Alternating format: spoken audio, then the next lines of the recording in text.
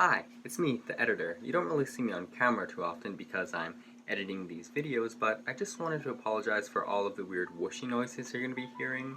For some reason, whenever I try to record a voiceover, my laptop seems to always want to overheat. And although the music kind of helps with this issue, it still is an issue, and I am looking at getting a mic pretty soon. Well, anyways, I hope you enjoyed the video, and don't forget to subscribe and hit that notification bell. Well, I guess that's enough of me. I've got some editing to do of a certain painting video. Hello everybody, I'm really glad you can make it here today. If you're new around here, thanks for dropping by, and if you're a returning viewer, it's good to see you again. Really do appreciate you. So, here it is, the second part of that BT-42 series. Now, this isn't the type of video I normally make. I'm usually just fine with doing an initial inbox and a post-build review.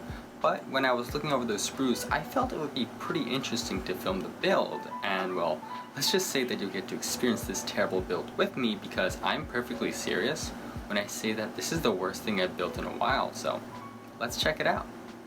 So let's start building. The first step of this build is the side fenders, and you have to modify them a bit. The BT-42 fenders had these stowage boxes on them, and you have to shave off a bit of the fenders for them to fit, since there is a bit of a lip. What I'm doing next is cleaning up and attaching all of the hull pieces, and this is how all of UM's kits go together. There aren't really any connection points, or rather I should say connection pins, since the entire of the plate is a connection point in a way. So that's what you have to do. You just hold things together and run some glue where they meet. And this could present itself with some issues, but on these hull pieces it doesn't really, it's not a thing since they are at 90 degrees. However, if you're doing a more angular vehicle, which I have done in the past, these issues really do come to a head. So just be careful if you're doing this sort of kit. So as you've seen, I was building the hull and attaching everything together, and you can see that we have a slight but noticeable gap, and this wasn't really a thing on the BT7 I built earlier, and this really begs the question, does have any quality control? And here we are starting off the turret. I'm building this out of sequence because I'm really impatient and I want this thing to look like a tank pretty quickly, and I just want to show you one of the parts on the turret sprue. It's the top left sprue, that thing. It is the turret bottom. And there's something a bit strange with this piece. As you can see, as I move it closer to the camera, there are these two lines, and what these are is a guide, because you have to use these lines and cut out chunks of that turret piece so it can fit into so it can fit underneath that piece, the big turret envelope. It's very strange. I have no idea why they chose to do this as opposed to just molding the part correctly, but it is what it is.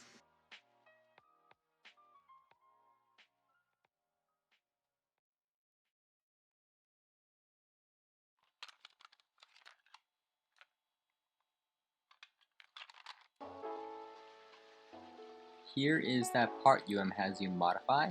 After I cut it down, it wasn't too difficult to do. It maybe took a minute max, but once again, it's just very strange that would be able to mold those lines, but not mold the part as it's supposed to be. And here is the top and bottom of the turret attached. It went together pretty well, I'd say, but you can see the back turret part. It's a little bit wider than the turret itself. It's not by much, but it is something that you should watch out for, and you do have to sand down yourself.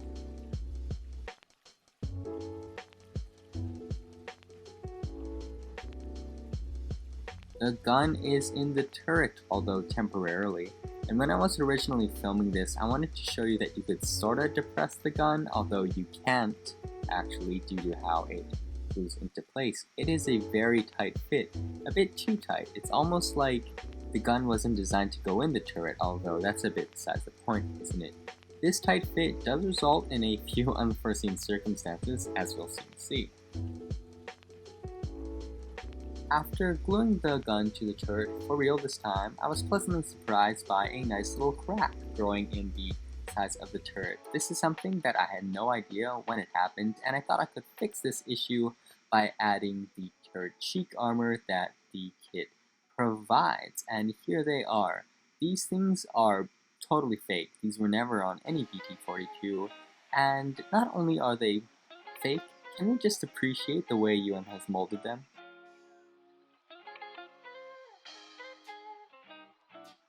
Here we are, coming back to the turret cheek armor, and this was before I realized that they were totally fake and I didn't have to worry about them at all.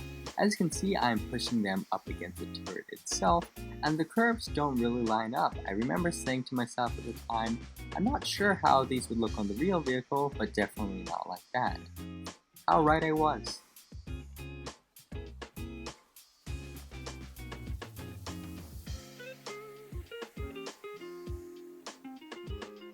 So we are finally at the point of the build where I realized that those turret cheek pieces are just totally fake. And I can't believe I didn't realize this sooner since I was going through BT-42 references every other second. And it really begs the question as to where UM gets their references.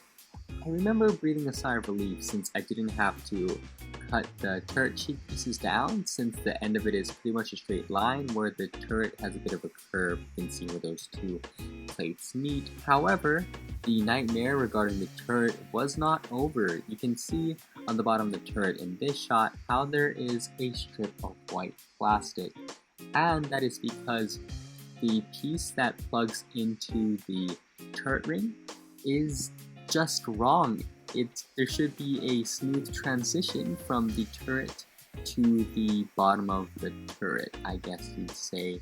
And I had to build this up with plastic card. It seemed like a relatively simple fix. It was, although pulling it off was very difficult because gluing things down in curves is harder than you realize. As a result, I spilled glue all over this turret. You can sort of see a bit of fingerprint marks. You can see it over there on the hatch, but there were some fingerprint marks all over the turret sides, which was just a massive pain because I wanted to get this done as quickly as I could, and this was really standing in the way of that. So the turret is finally complete. I apologize for there not being any time lapses in a while. It's just that, as you can imagine, I didn't feel like recording anything because I was just too focused on getting this terrible thing to work right, and I was too busy to record anything. So I apologize for that. As you can see, there are quite a few colors, and I also added a muzzle brake. Normally, you'd make that out of the kit PE, but as is common to UM's PE, it is quite brittle and breaks quite easily. The PE part wouldn't bend into a perfect cylinder, and when I was trying to fix it, it broke on me. As a result, I had to make a new one. Well, I didn't really make it since I just chopped the end off of a 48 scale T34-85 barrel. And it worked pretty well. It's not perfect, but I think from a distance and when it's covered with paint, you won't really be able to tell. Anyways, let's move on to the hull.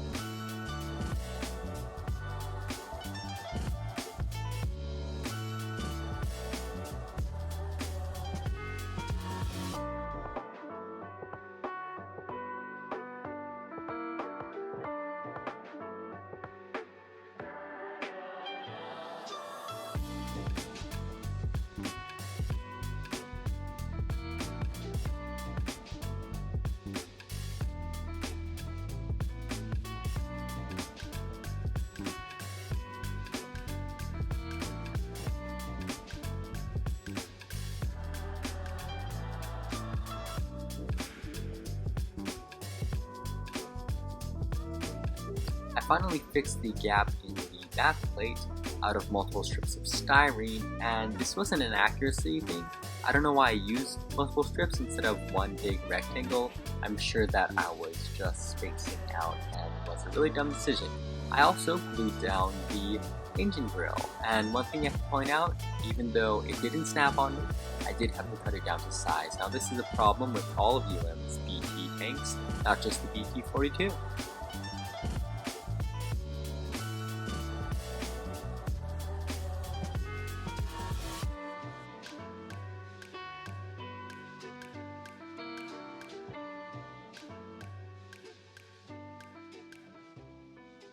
This was the point in the build where I had just attached the front swing arms for the first pair of road wheels, and what I was going to do next is add the attachment points for the idler wheels, except I had no way of doing it, and this is because, as I later found out, the instructions were wrong. You can see the parts 9B and 18B, and at first I thought that the parts were just wrong or the instructions had them mislabeled. The fault was with the instructions because the parts 9B and 18B were the idlers attached to. They are where those swing arms are currently. So I eventually realized what was happening, and I do fix my mistakes, but just keep in mind that this is an issue that happens with all their BT kits since the hull is for the BT. And you can see the instructions, right? Move that extra thin out of the way, but you can see that part 15A, that front swing arm, is mounted where the idler mount is. So if you're building this kit, watch out for that. I don't think that this is an issue with the normal BT7. I don't think I ran into that, but like all things, or like most things of this kit, it's a step back from the BT series. And here is the tank with the swing arms and that idler mounting point finally in the correct position. Finally, it took maybe like 30 minutes of me tearing my hair out because it was just a pain in the ass, really, and I have no idea why it was like this. Oh look, it's a different camera angle, and yep, it's a different problem. This time, the road wheels do not line up whatsoever. The first and fourth road wheel line up with each other. However, the second and third road wheels, while they do line up with one another, they are a bit higher than the first and fourth road wheel. Now, the first road wheel, the front one, that could just be me because I was in charge of putting the swing arm on, and there was a lot of ways it could have gone wrong. But the fourth road wheel, as you can see, is pretty much pressing up against the surrounding plastic. It's as far up as it can go, so thanks, UM. So I ran into another issue with the running gear, that being the connection points, which just broke on me, and they really didn't need my help to do so. What I eventually do is glue the inner road wheels in place. Yes, this could provide some issues with brush painting, but I'd rather deal with that in wheels that come off. And here I am, ready to start work on the fenders. Here are the kit fenders. They represent the BT7's ones. They're very large, angular, almost curved, and pretty iconic as far as tank fenders go. However, they won't work for this kit since the BT-42's fenders were shortened, and that's what I'll be doing. And here it is, post-fender operation. Sorry I didn't get any of this on the time-lapse. I had to do a bit of modification. As you can see, not only did I cut it down lengthwise, I had to just replace the entire inner portion of the fenders, since I was looking over reference photos and I saw that the BT-42's fenders, they had an angle that was almost 90 degrees, and I had to represent that.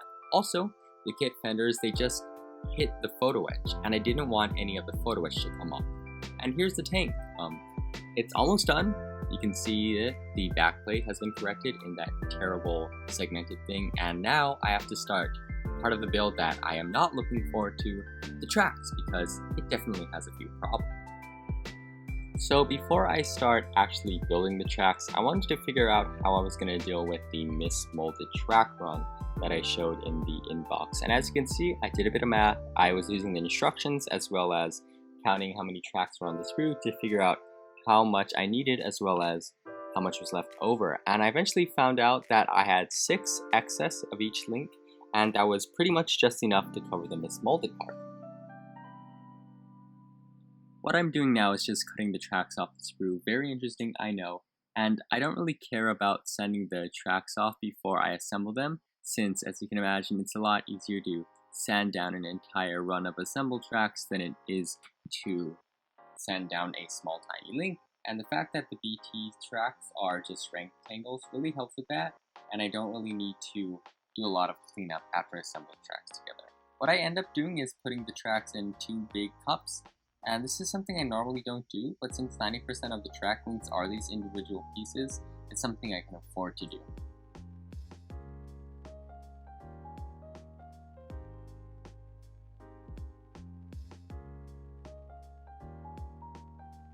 Here I am putting the tracks together, finally!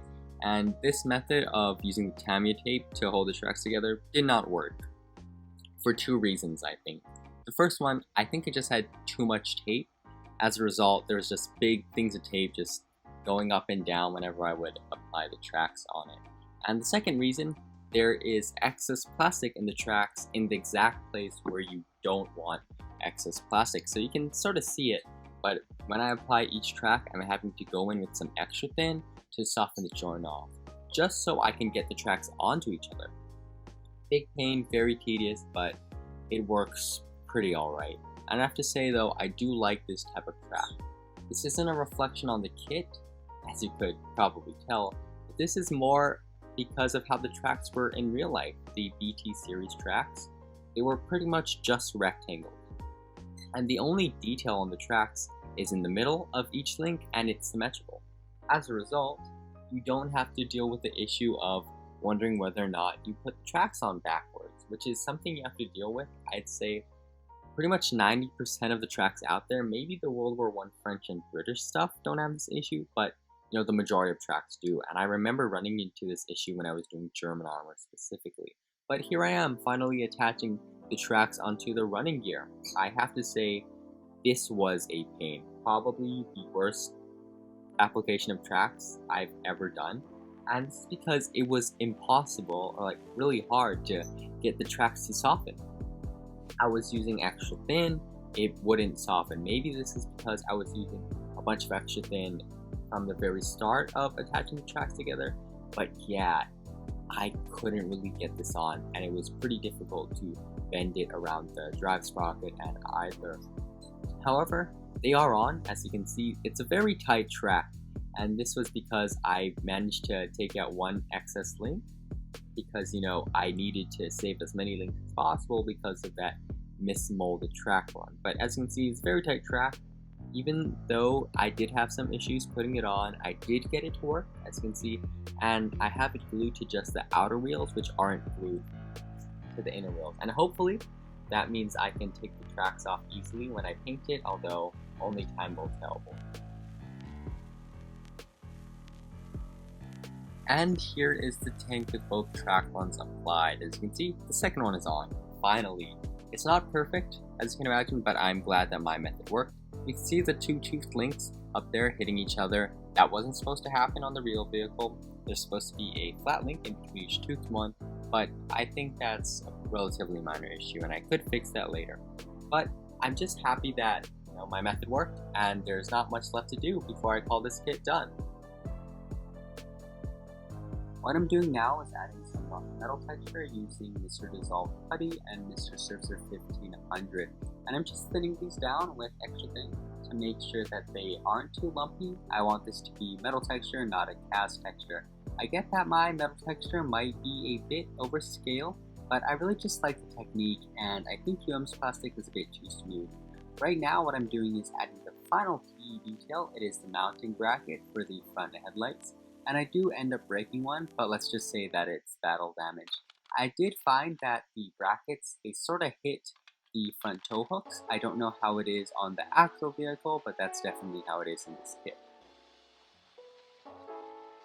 So this is the final part of the build before I call it done, and that is entirely redoing backplate, because as time went on, I just didn't like the idea of it being in multiple segments. I didn't want to take any chances. I felt that there might be the risk of the different segments showing underneath paint, and I just didn't want that.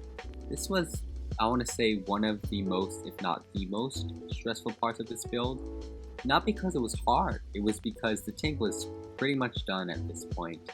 And I didn't want my knife to slip while I was cutting this out and just take a chunk of the tracks off with it, because, you know, enough of the tracks was missing as is, and I just didn't want my knife to slip. But luckily it didn't, and I was able to cut it out and make a replacement backplate. And what I end up doing for this is I measure out the thing I need to cover and I make it a little bit bigger, because as you can imagine, it's a lot easier to sand something down than it is to fill it up.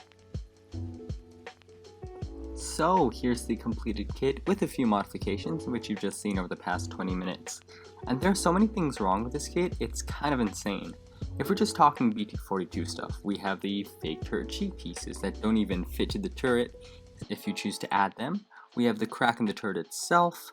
We have the muzzle brake I had to replace, missing rivets and pistol ports, and the strip of plastic I had to add to the bottom of the turret, since you get 90% of a turret in this kit instead of a full one. And oh yeah, Evergreen's plastic does not want to stick to UMs without you having to use a ton of glue, which in my case spilled onto the turret and created some lovely fingerprint marks. This turret build was unexpectedly terrible, and this is the kind of build, I kid you not, it really helps to have something to drink. And if we're just talking about the normal BT stuff, we have the tracks which are a downgrade from the previous ones, we have PE that you need to cut down to size, and a backplate I had to make myself since UM apparently can't mold a rectangle. I know Soviet tank construction was far from ideal, but this might take things a bit too far. Anyways, I think this just about does it. Next up in the series will of course be a painting video, so we can go over those Finnish camouflage patterns, although I'm not sure if it's going to be next week's video, since I am filming a few kit reviews and a weathering video for that Mark 6. Well, thank you for watching, especially if you stuck around this far. If you liked the video, like, subscribe, share, and comment. I do go through all of them, and also be sure to hit that notification bell, since I am planning on releasing at least one video a week, so you won't want to miss that. Anyways, once again, thank you for watching, and I'll be seeing you in the next video. Whenever that is.